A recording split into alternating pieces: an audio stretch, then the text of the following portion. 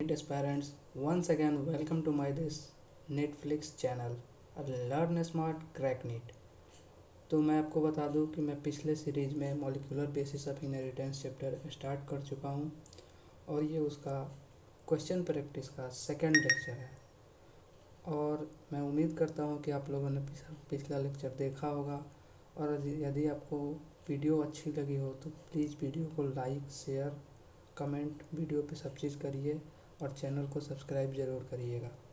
तो चलिए हम लोग शुरू करते हैं मॉलिक्यूलर बेसिस ऑफ इनहेरिटेंस का सेकंड पार्ट। और इसमें हम लोग फिर से क्वेश्चन प्रैक्टिस सीरीज, जैसा कि मैंने आपको बताया था, इस चैप्टर में हम लोग लगभग 200 क्वेश्चंस के करीब प्रैक्टिस करेंगे। तो मैंने पिछले सीरीज में 102 क्वेश्चंस करा दिए थे। अब मैं क्वेश्चन 103 से स्टार्ट करने वाला हूँ। क्वेश्चन 103, तो चलिए शुरू करते हैं। ई कोलाई कंप्लीट्स रेप्लिकेशन इन अप्रॉक्सीमेटली। देखो ये एनसीईआरटी में ही दिया हुआ है। ई कोलाई जो है अपना रेप्लिकेशन 20 मिनट में कंप्लीट करता है। ई कोलाई जो है अपना रेप्लिकेशन 20 मिनट में कंप्लीट करता है। अब आगे बढ़ते हैं हम।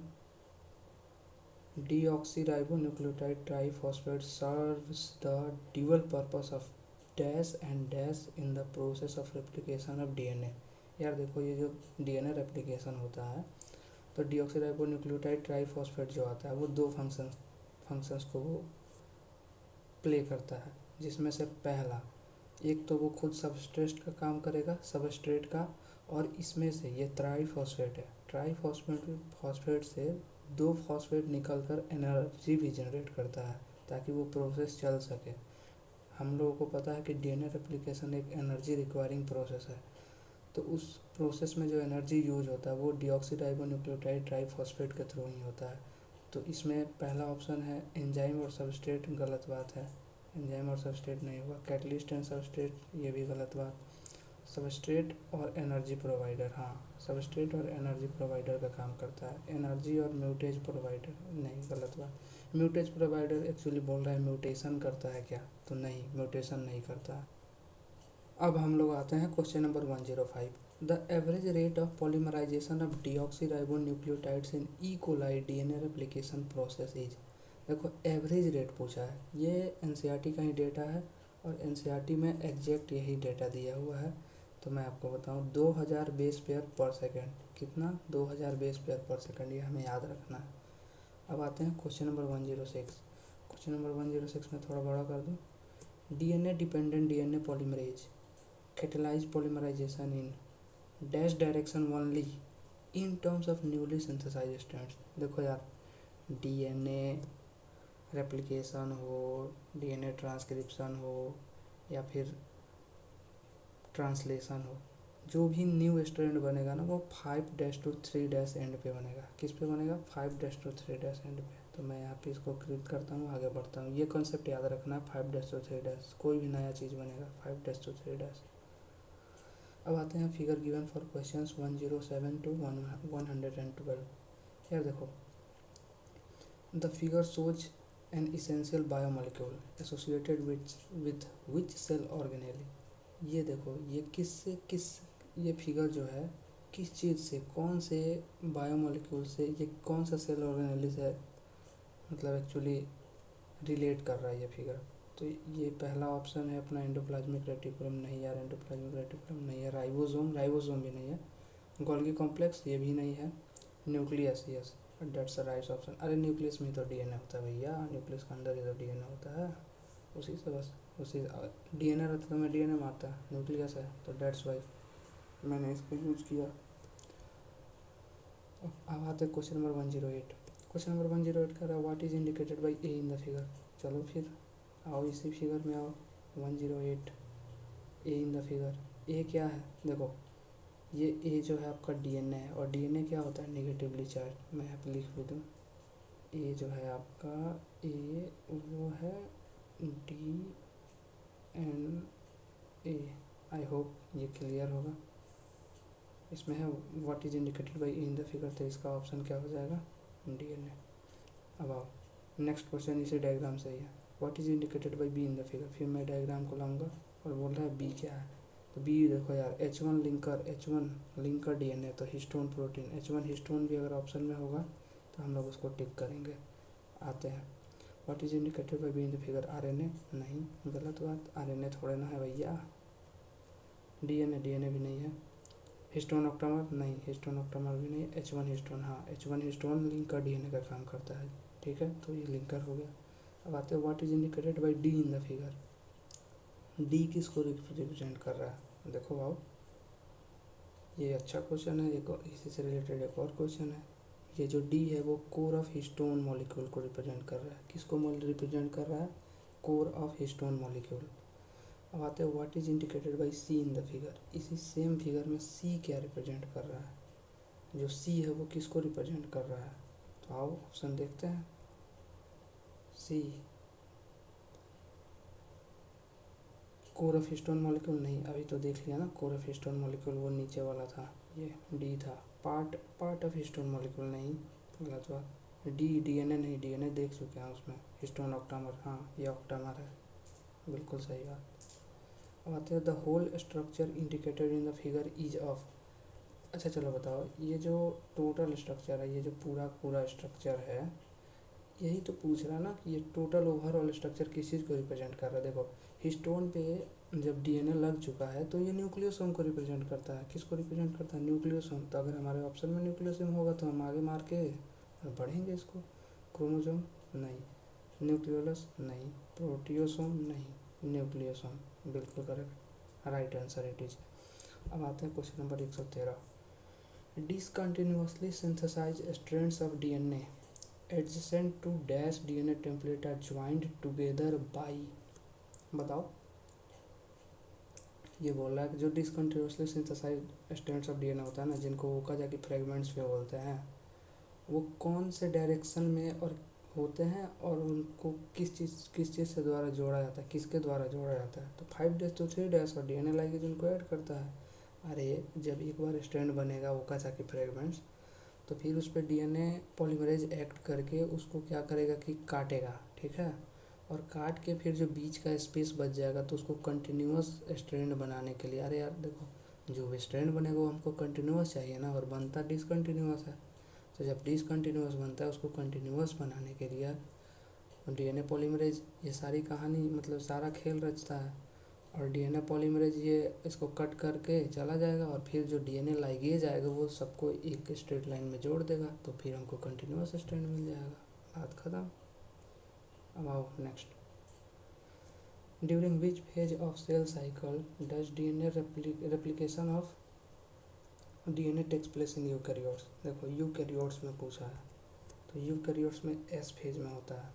और मैं यहीं पे बता दूँ तुम लोगों को, प्रोकैरियोट्स में जो डीएनए होता है, प्रोकैरियोट्स में जो डीएनए होता है वो कब रेप्लिकेट करता है? ये नीट में क्वेश्चन पूछा जा चुका है।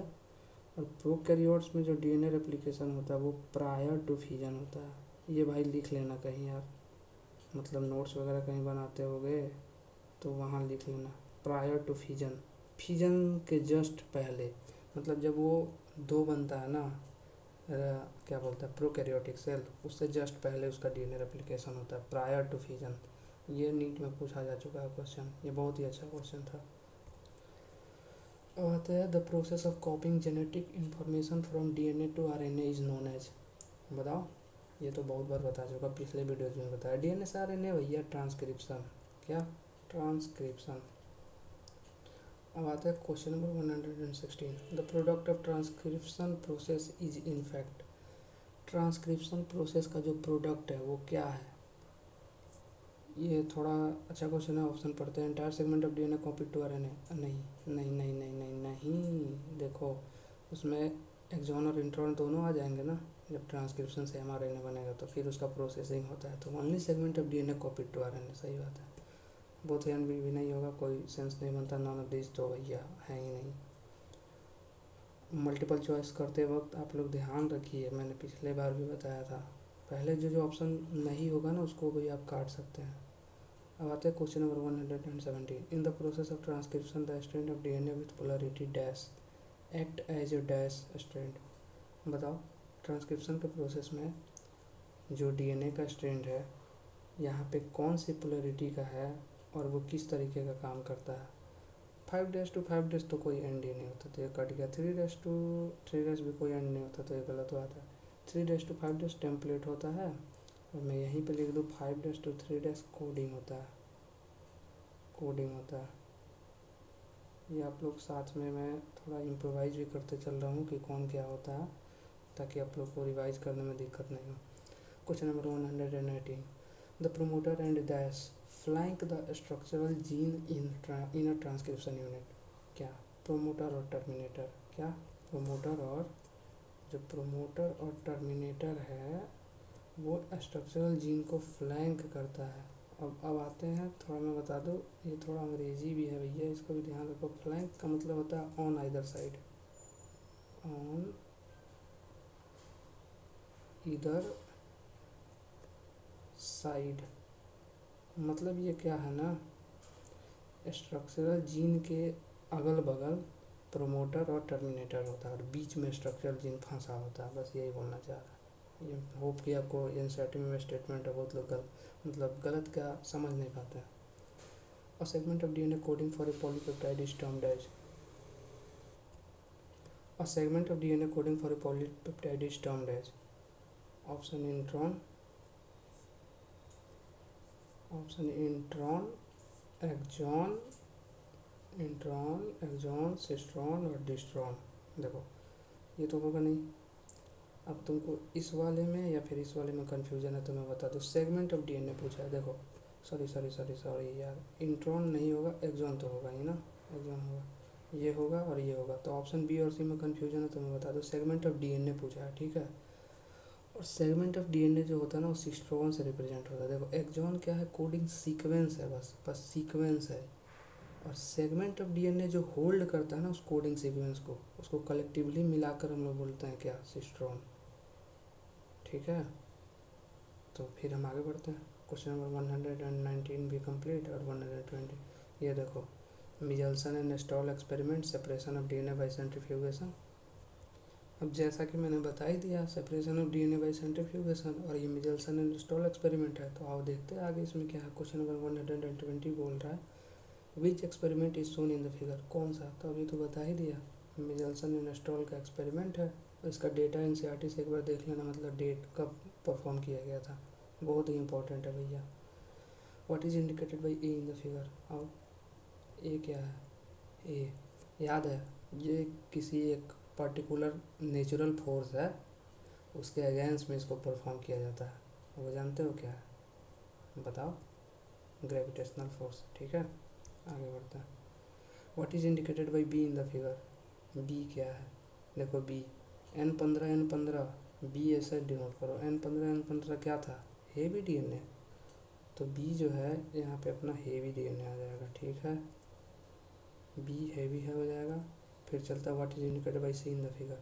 सी क्या है? देखो N15 और N14 का मिक्सचर, तो क्या हो जाएगा? हाइब्रिड। सॉरी यार, तो क्या हो जाएगा ये? हाइब्रिड। तो ऑप्शन में है कहीं हाइब्रिड, हाइब्रिड टिक करेंगे, आगे बढ़ेंगे। अब आते हैं, what is indicated by D in the figure. D क्या है? डी में light as well as hybrid दोनों है। डी में लाइट, अरे यार सॉरी, थोड़ा मेरा पेन का सेटिंग गड़बड़ हो गया। डी में क्या, what is indicated by D in the figure, अभी तो बताया, light as well as hybrid. तो light as well as hybrid, ये भी याद रखना, लाइट पहले था और हाइब्रिड बाद में था। इसमें ऑप्शन में घुमा भी दिया होगा, तो एक बार ऑप्शन आप लोग ध्यान से पढ़िएगा। इस डायग्राम बेस्ड क्वेश्चन रखने का बस पर्पस यही है कि आपके सामने जब भी ये डायग्राम आ जाए तो आप एक बार डायग्राम के गो थ्रू भी रहोगे ना, डायग्राम से आप एक बार देखे भी रहोगे कि ऐसा ऐसा क्वेश्चन बन सकता है। तो जब आप पर्सनल रीडिंग करते हो तो आप उसमें इम्प्रोवाइज कर सकते हो, आप अपने लर्निंग स्किल को और बढ़ा सकते हो। मतलब चीज़ों को बीच बीच में से लेवलिंग है उसको गायब करो, अपना हाथ वहाँ रख दो और सोचो कि यहाँ क्या था, फिर यहाँ क्या था। ऐसे करके तुम अपने एनसीईआरटी के रीडिंग को और एम्पलीफाई कर सकते हो। केवल रीडिंग करने से थोड़े ना होगा, अपने आप को इम्प्रोवाइज करो उसमें, सो डैट कि सारी चीज़ें अच्छे से काम करें तुम्हारे लिए। अब आते हैं question number 125। The coding sequence of DNA are known as dash and the intervening sequences. Intervening sequences का मतलब ये होता है कि जो किसी चीज़ के लिए कोड ना कर रहा है, ठीक है। Are known as dash.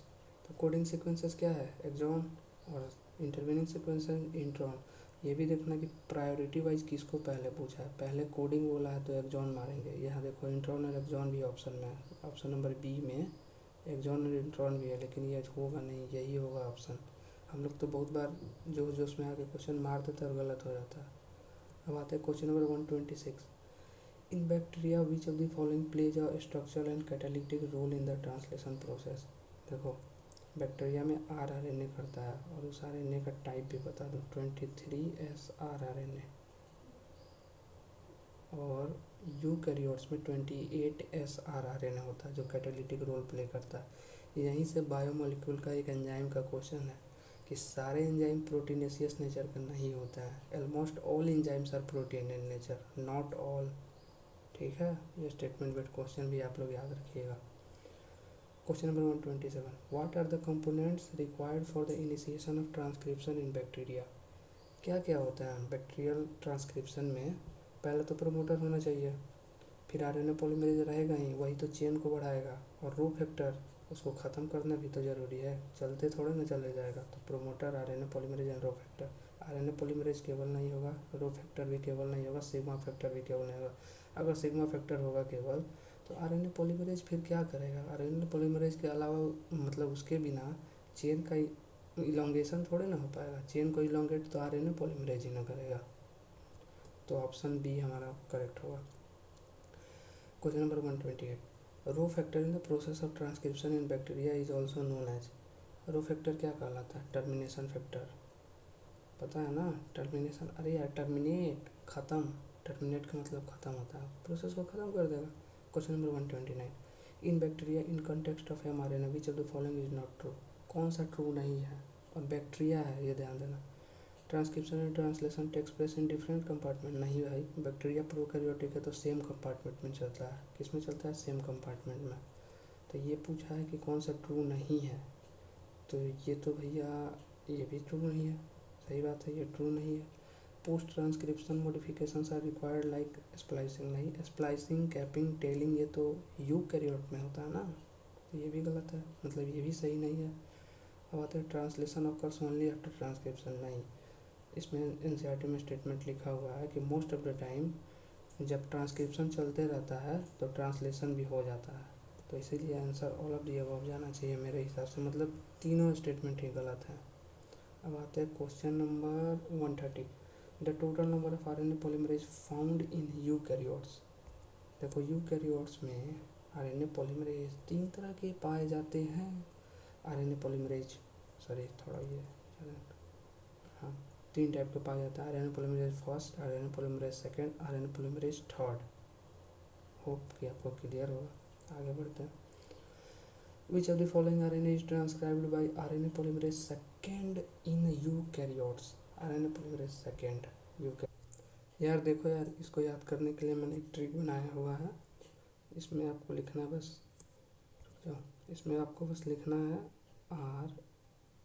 RMT, ये RNA का टाइप है, और ये किसको ट्रांसक्राइब करता है, तो RNA पॉलीमरेज फर्स्ट rRNA को, mRNA मतलब HNRNA, और tRNA को RNA पॉलीमरेज थर्ड। तो RMT के जगह पे 1 2 3 लिख लीजिए और उसके हिसाब से लिखिए। तो RNA पॉलीमरेज सेकेंड, तो mRNA को भी मैंने बताया ना HNRNA से ही mRNA बनता है पोस्ट ट्रांसक्रिप्शनल मॉडिफिकेशन के बाद। और पोस्ट ट्रांसक्रिप्शनल मॉडिफिकेशन क्या होता है, कैपिंग, टेलिंग, स्प्लाइसिंग।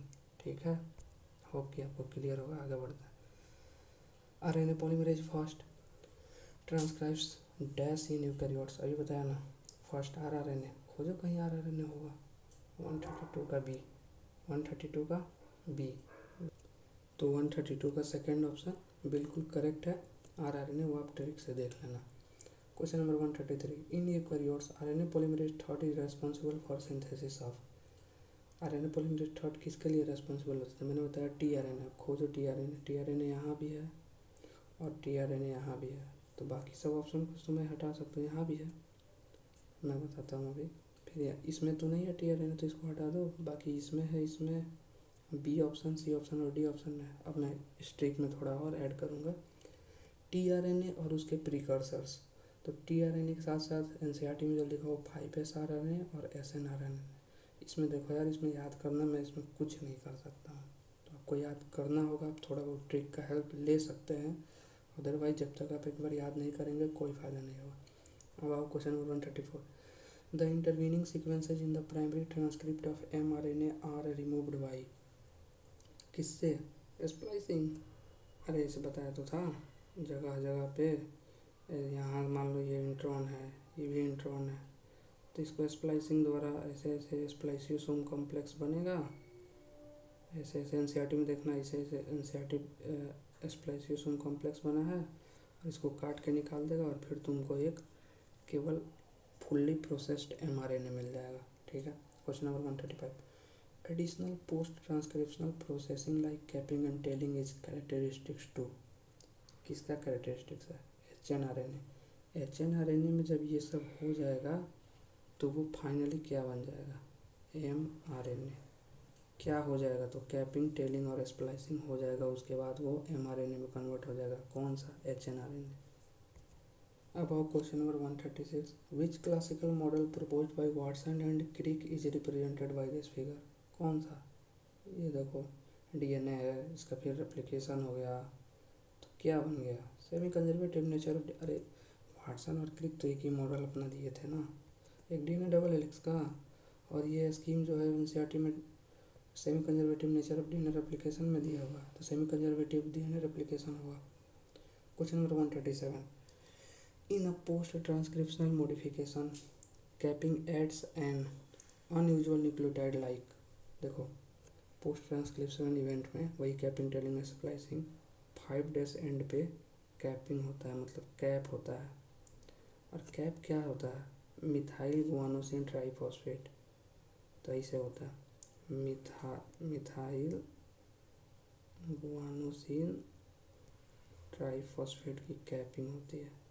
ठीक है, ये जी है, ये मिथाइल एनसीईआरटी में देखना, इसे शॉर्ट फॉर्म में लिखा हुआ मिथाइल गुआनोसिन ट्राइफॉस्फेट। तो कैपिंग मिथाइल गुआनोसिन ट्राइफॉस्फेट की 5' एंड पे होती है। In a post transcription modification called tailing dash residues are added at the dash end of mRNA। तो टेलिंग 3' एंड पे होता है और एडिनाइलेट रेसिड्यूज को जोड़ा जाता है। किसको? एडिनाइलेट, गुआनिलेट को नहीं। बहुत सारा ए सीक्वेंस 3' एंड पे जोड़ दिया जाता है, तो इसको टेलिंग बोलते हैं। mRNA is in fact, mRNA in fact में क्या है? तो अभी तुम्हें बताते आ रहा था भैया कि प्रोसेस्ड HNRNA में प्रोसेसिंग हो जाएगा तो mRNA बन जाएगा, बात खत्म। अब आते हैं क्वेश्चन नंबर 140। अ फिजिसिस्ट जॉर्ज गेमो argued that genetic code is a combination of dash nucleotides. कितने न्यूक्लियोटाइड का एक कोड होता है? अरे जेनेटिक कोड 3 न्यूक्लियोटाइड को मिला के एक कोड बनता है ना, 3 न्यूक्लियोटाइड को मिला के एक कोड बनता है। ये थोड़ा 3 पे आ गया, मैं ऑप्शन को ऐसे टिक कर दूँ ताकि 3 विजिबल हो आपको। अब human requires dash codon to synthesize 20 amino acids. अच्छा क्वेश्चन है, बताओ। ऑप्शन में बहुत लोग कंफ्यूज हो जाएगा। 64 कोडॉन, 61 कोडॉन, 62, 60, 62 और 60 तो नहीं होगा। अब बताओ 64 और 61 में मैं 61 के साथ जाऊंगा, क्योंकि 3 कोडॉन्स जो होते हैं वो किसी चीज़ के लिए रिस्पॉन्सिबल नहीं होते हैं, और 3 कोडॉन्स स्टॉप कोडॉन होते हैं। क्या होते हैं? Stop codon. अब मैं आ जाऊँ question number 143। Dash cell free system for protein synthesis finally help the genetic code to be deciphered, Marshall Nirenberg. अभी ऊपर बताया था मैंने। अब some amino acids are coded by more than one codon has the genetic code exhibits. एक से ज़्यादा codon, मतलब एक अमाइनो एसिड एक से ज़्यादा कोडॉन से कोड करता है तो डीजेनरेसी कहलाता है, degeneracy. Question number 145। The codon AUG has dual function as it codes for the, दो फंक्शन होता है, codes for the dash and also act as dash codon. तो AUG मिथेनोन को कोड करता है, ये बहुत ही फेमस है, आपको AUG मिथेनोन याद रखना है। और एक इनिशिएटर कोडॉन का भी फंक्शन करता है। इनिशिएटर मतलब ट्रांसलेशन का इनिशिएशन यही कराएगा। जब ये सीक्वेंस मिलेगा तो ट्रांसलेशन हो जाएगा। Question number 146। Sickle cell anaemia is a classic example of point mutation, क्योंकि एक सिंगल पॉइंट एक सिंगल बेस पेयर के चेंज के चलते इसमें म्यूटेशन होता है, इसलिए पॉइंट म्यूटेशन का example. 147 in sickle cell anaemia which amino acid modification occurs in the beta chain of amino acid. तो देखो क्या होता है, गैग से गग हो जाता है, गैग से गग। तो ग्लूटामिक एसिड, ये गैग ग्लूटामिक एसिड को रिप्रेजेंट करता है, और गग ये जी है, ये गग वैलिन को रिप्रेजेंट करता है। तो गैग से गग होता है, याद रखना। गैग गैग ग्लूटामेट, ग्लूटामेट को ग्लूटामिक एसिड भी बोलते हैं। टीआरएनए वाज अर्लियर कॉल्ड, देखो यहाँ लिखा है अर्लियर, तो एडेप्टर मॉलिक्यूल अभी बोला जाता है, अर्लियर में नहीं। प्रोटीन कैरिंग आरएनए गलत नहीं, प्रोटीन को थोड़ा ना अमाइनो एसिड को कैरी करता है, स्पेशल आरएनए नहीं, सोल्यूबल आरएनए। और सोल्यूबल आरएनए बोलने का पीछे का कारण जानो, ये इतना छोटा ना होता है ना कि लगता है कि सेल में डिजॉल्व हो चुका है, तो इसीलिए इसको सोल्यूबल आरएनए भी बोलते हैं टीआरएनए को। और अर्लियर इसको सोल्यूबल आरएनए ही बोला जाता था, बाद में एडेप्टर मॉलिक्यूल बोला गया। तो आगे बढ़ते हैं। Question number 149 for the initiation of translation process specific tRNAs involved are known as. बताओ, इनिशिएटर टीआरएनए, अरे स्पेसिफिक टीआरएनए होता है ना, टर्मिनल नहीं होगा, असिस्टर भी नहीं होगा, हेल्पर भी नहीं होगा, इनिशिएटर टीआरएनए होता है। Question 150 the picture is taken using dash microscope. ये बहुत ही प्रिसाइज एंड एक्यूरेट इमेज है, तो इलेक्ट्रॉन माइक्रोस्कोप का यूज हुआ, ठीक है। The picture shows characteristic coiling of DNA known as. Nucleosome का स्ट्रक्चर है beads on string, nucleosome beads on string. The process of polymerization of amino acids to polypeptide is known as। polymerization of amino acid to polypeptide chain क्या बोलते हैं, उसी दिन से चिल्लाते हुए आ रहा हूँ, ट्रांसलेशन। क्या बोलेंगे, ट्रांसलेशन। अब आते question number 153 charging of tRNA is also known as. TRNA के चार्जिंग को अमाइनो एसाइलेशन बोलते हैं।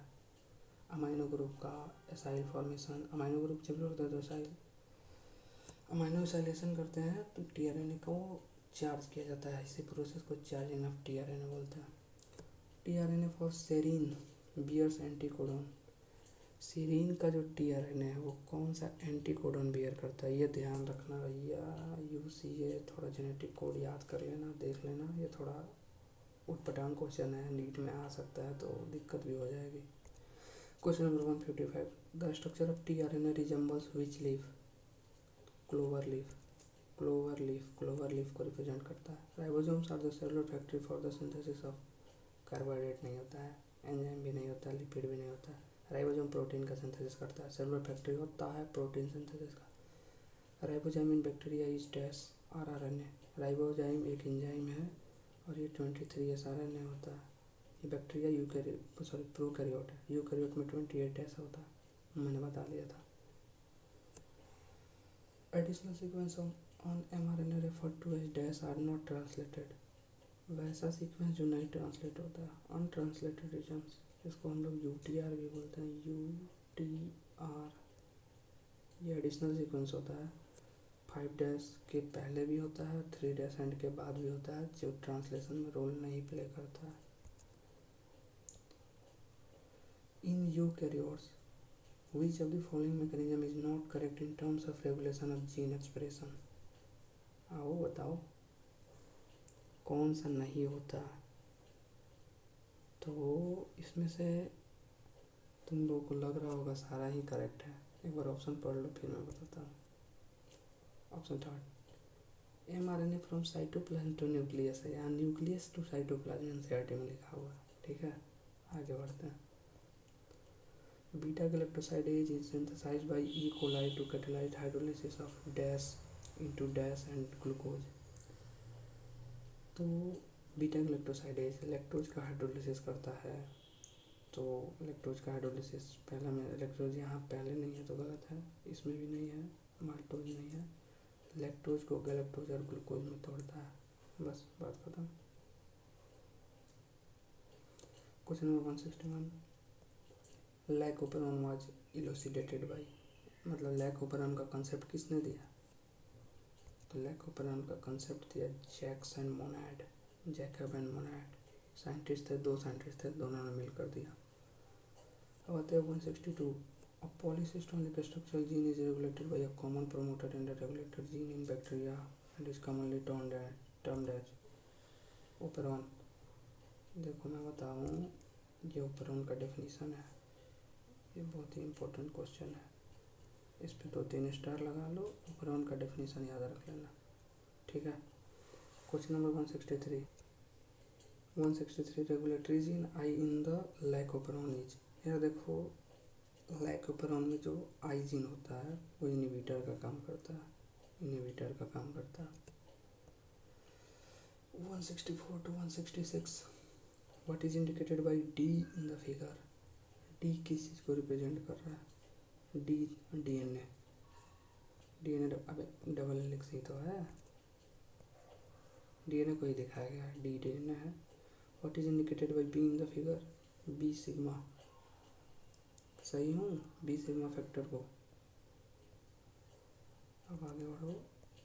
What is indicated, what does H represent in the figure. H देख लो, रो पे ही तो रिप्रेजेंट किया है, तो रो फैक्टर है। आओ थोड़ा सा डिस्कशन कर ले इसमें, तो बोलोगे कि भाग गया। ए क्या है, ए है तुम्हारा यहाँ पे आरएनए पॉलीमरेज में, बस बोल दे रहा हूँ। ई तुम्हारा आरएनए का चेन है, एफ भी तुम्हारा आरएनए का चेन है, और जी तुम्हारा आरएनए पॉलीमरेज है, और एच तुम्हारा टर्मिनेशन फैक्टर है। Out of 3 structural genes Z, Y and A, the gene of E coli lac operon code for permease. तो Z बीटा गैलेक्टोसाइडेज को, Y परमिएज को, और A ट्रांसएसिटाइलेज को। तो Y परमिएज को, परमिएज ही पूछा है, तो Y परमिएज को, Z बीटा गैलेक्टोसाइडेज को, और A ट्रांसएसिटाइलेज को। Question number 168। Repressor protein in the lac operon concept binds to which gene. O gene को ऑपरेटर बोलता है। रिप्रेसर ऑपरेटर से बाइंड करता है,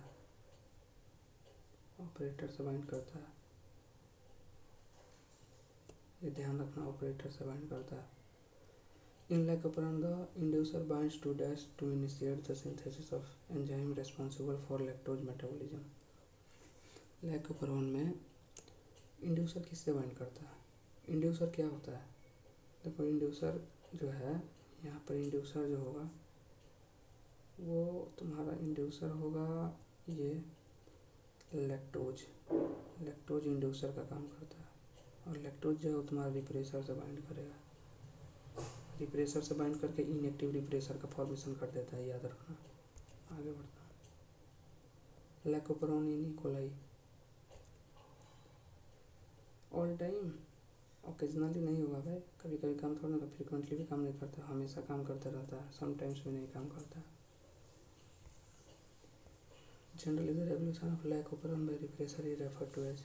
जनरली पूछा है तो वो नेगेटिव रिप्रेसर होता है। अबे जनरली पूछा है, अगर दोनों पॉसिबिलिटी होता ना, both A and B option में होता तो बोथ ए एंड बी में मार देता। आते question number 172। Considering the cost of sequencing one base pair to be $3, the approximate cost of HGP would be come out to be. यार देखो, इसका एनसीईआरटी पूरा डेटा वाटा कैलकुलेट करवाया, 9 बिलियन आता है, याद रखना है। आगे बढ़ते हैं। 173 से 174। What is indicated by A in the figure. ये क्या रिप्रेजेंट कर रहा है, तो ये तुम्हारा कर रहा है पैटर्नल क्रोमोसोम, ठीक है। एनसीईआरटी का डायग्राम है, एक बार देख लेना। Question 174। What is indicated by B in the figure. B तुम्हारा है मैटरनल क्रोमोसोम, ये भी एनसीईआरटी का डायग्राम एक बार देख लेना यार अच्छे से। अब आता है HGP was closely associated with the rapid development of, पता है, ह्यूमन जीनोम प्रोजेक्ट। एक बायो इन्फॉर्मेटिक्स एक एरिया है, साइंस का ही फील्ड है, इसको बहुत हेल्प किया है HGP, और HGP के चलते ही ये बायो इन्फॉर्मेटिक्स वाला एरिया ज़्यादा डेवलप हो रहा है। अब आते हैं question number 176। Question number 176 actually, question 176। Human genome project was a dash year long project starting from dash to dash. देखो 13 साल पुराना प्रोजेक्ट था, 1990 से 2003 तक स्टार्ट हुआ था और चला था। तो मैं इसमें सीधा मारूंगा, ये सब नहीं होगा। 1980 में नहीं स्टार्ट हुआ था, 1990 से 2003 तक चला, 2002 तक नहीं, 2004 तक भी नहीं, 2003 तक। Question number 177, ELSI stands for ethical logical, logical नहीं, इथिकल लीगल एंड सोसाइटी नहीं, इथिकल लॉजिकल नहीं, ethical legal and social issues. बस बात खत्म, आगे बढ़ते हैं। Caenorhabditis elegans is a free living non pathogenic. सही बात है, सिनोर हेपेटाइटिस नेमाटोड है, फ्री लिविंग होता है, नॉन पैथोजेनिक होता है, मतलब कोई बीमारी कॉज नहीं करता है।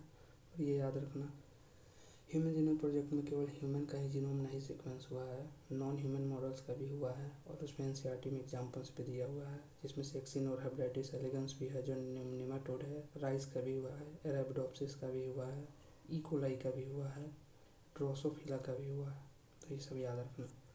Expressed sequence tags is an approach practised in, किस में होता है express sequence tag, DNA sequencing, वही ह्यूमन जीनोम प्रोजेक्ट HGP में दो दो थे ना, एक एक्सप्रेस सीक्वेंस टैग और एक सीक्वेंस एनोटेशन, वही है। Question 180, sequencing the whole genome of an organism into coding and non coding sequences is termed as. पूरा जीनोम को ही कोड कर लो, क्या बोलोगे बताओ।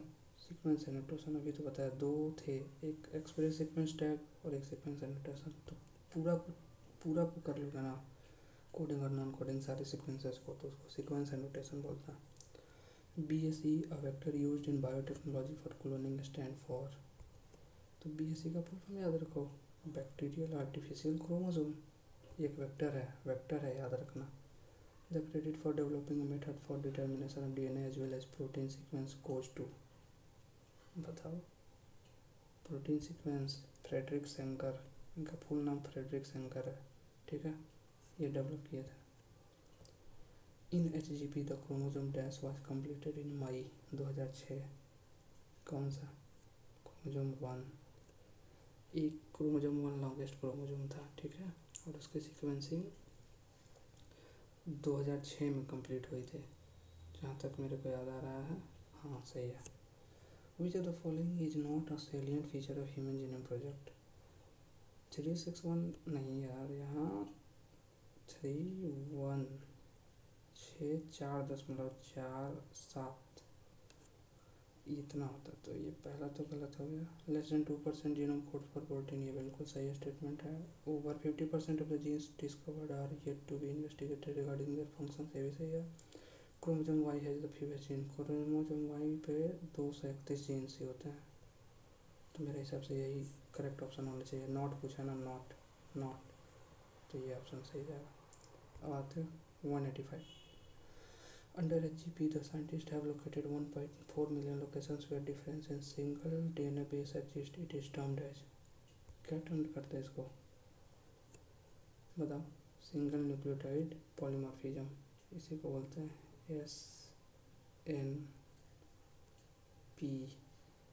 SNP बोलते हैं इसको। Question number 186, DNA fingerprinting is based on the principle of identifying dash sequence on DNA, repetitive, जो सीक्वेंस बार बार रिपीट करे उसको। Variations at genetic level in nucleotide system dash, genetic level पे जो न्यूक्लियोटाइड का वेरिएशन होता है उसको क्या बोलते हैं, polymorphism, DNA polymorphism. If inheritable mutation is observe in population at high frequency, it is termed as DNA polymorphism. अभी मैंने बोल ही दिया कि DNA पॉलीमॉर्फिज्म कहलाता है, और इसकी फ्रीक्वेंसी कितनी होती है, 0.01 या 1%। जब ये इतना हाई रेट में ऑब्जर्व हो जाएगा किसी भी पॉपुलेशन में, तो हम उसको DNA पॉलीमॉर्फिज्म टर्म कर देंगे। और इनहेरिटेबल म्यूटेशन का मतलब होता है कि वो म्यूटेशन इनहेरिट हो रहा है, वन जनरेशन से दूसरे जनरेशन में ट्रांसफ़र हो रहा है। आगे बढ़ते हैं। The technique of dash was discovered by Alex Jeffrey, DNA fingerprinting, ये याद रखना। A well-known technique to amplify a small portion of DNA is termed as, देखो डीएनए के पोर्शन को एम्पलीफाई करना है, एम्पलीफाई करने के लिए पीसीआर का यूज होता है। छोटे से अमाउंट से बड़ा सा अमाउंट हम लोग अचीव कर सकते हैं। VNTRs vary in size in from, इसका डायरेक्ट याद रखो 0.1 to 20 किलो बेस, 0.1 भी किलो बेस है, ठीक है, से लेके 20 किलो बेस तक। अब आते हैं similar DNA fingerprinting is observe for, same pattern किसके लिए आता है, मोनोजाइगोटिक ट्विंस, डाइजाइगोटिक नहीं आएगा, पॉलीजाइगोटिक नहीं आएगा, नन ऑफ दिस भी तो होगा नहीं, किसी एक का तो हो। Question 193, in DNA fingerprinting the hybridized strands are detected by, radiometry नहीं होगा, रेडियोस्कोपी भी नहीं होगा, ऑटो रेडियोग्राफी एकदम सही बात है, स्किंटिलेटिंग काउंटर, ऑटो रेडियोग्राफी द्वारा जो हाइब्रिडाइज्ड डीएनए फ्रेगमेंट्स होते हैं उनको देखा जाता है। Under HGP the largest known human gene वाजफ, जीन वाजफ जो था वो डिस्ट्रोफिन था, इस पर 2.4 मिलियन बेसेज होते हैं, 2.4 मिलियन बेसेज होते हैं, 2.4 मिलियन बेसेज, ठीक है। अब आते हैं question number 195, what is indicated by A in the figure, A क्या है, hydrogen bonds, hydrogen bonds. And thank you, ये सीरीज कंप्लीट हुआ, मैंने जैसे बोला था मैंने अपने वादों को कंप्लीट किया, और आप लोग भी अपने वादों को कंप्लीट कीजिए, वीडियो को देखिए, लाइक शेयर सब्सक्राइब, चैनल को सब्सक्राइब करिए, लाइक करिए, शेयर करिए, कमेंट करिए, होप वीडियो अच्छी लगी हो। That's all, thank you, have a nice day.